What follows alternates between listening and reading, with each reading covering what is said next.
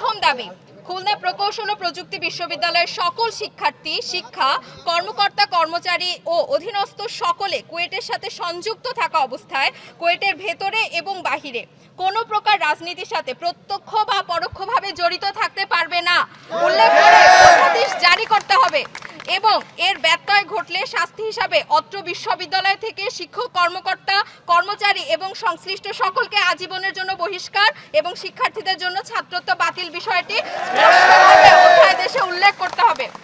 আমাদের দ্বিতীয় দাবি, গতকাল কুয়েট শিক্ষার্থীদের ওপর পরিকল্পিতভাবে যে হামলা হয়েছে তার সাথে জড়িত শিক্ষার্থী এবং এদের প্রশ্রয়দাতা শিক্ষক, কর্মকর্তা, কর্মচারীর বিরুদ্ধে কুয়েট প্রশাসন হতে হত্যার চেষ্টা এবং নাশকতার মামলা করতে হবে এবং জড়িত সকলকে বহিষ্কার ও ছাত্রত্ব বাতিল করতে হবে। জড়িত তালিকা শিক্ষার্থীরা প্রদান করবে।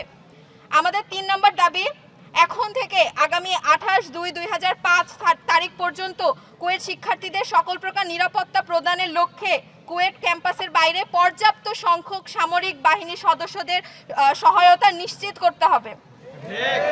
আমাদের ৪ নম্বর দাবি, গতকালকের ঘটনায় আহত সকলের চিকিৎসা সংক্রান্ত ব্যয়ভার কুয়েট প্রশাসন থেকে সম্পূর্ণরূপে গ্রহণ করতে হবে। আহত তালিকা শিক্ষার্থীদের পক্ষ থেকে প্রদান করা হবে।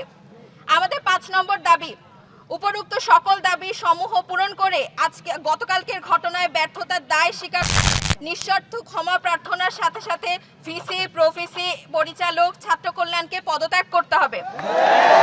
আমাদের সর্বশেষ দাবি, কুয়েট প্রশাসন থেকে এই ন্যাক্কারজনক ঘটনার প্রতি ক্ষমা প্রার্থনা করে একটি আনুষ্ঠানিক বিবৃতি প্রকাশ করতে হবে। সেখানে কুয়েট প্রশাসনের পক্ষ থেকে আমাদেরকে কোনো রকম সহযোগিতা না করার জন্য দায়ভার গ্রহণ করে বিবৃতি প্রদান করতে হবে।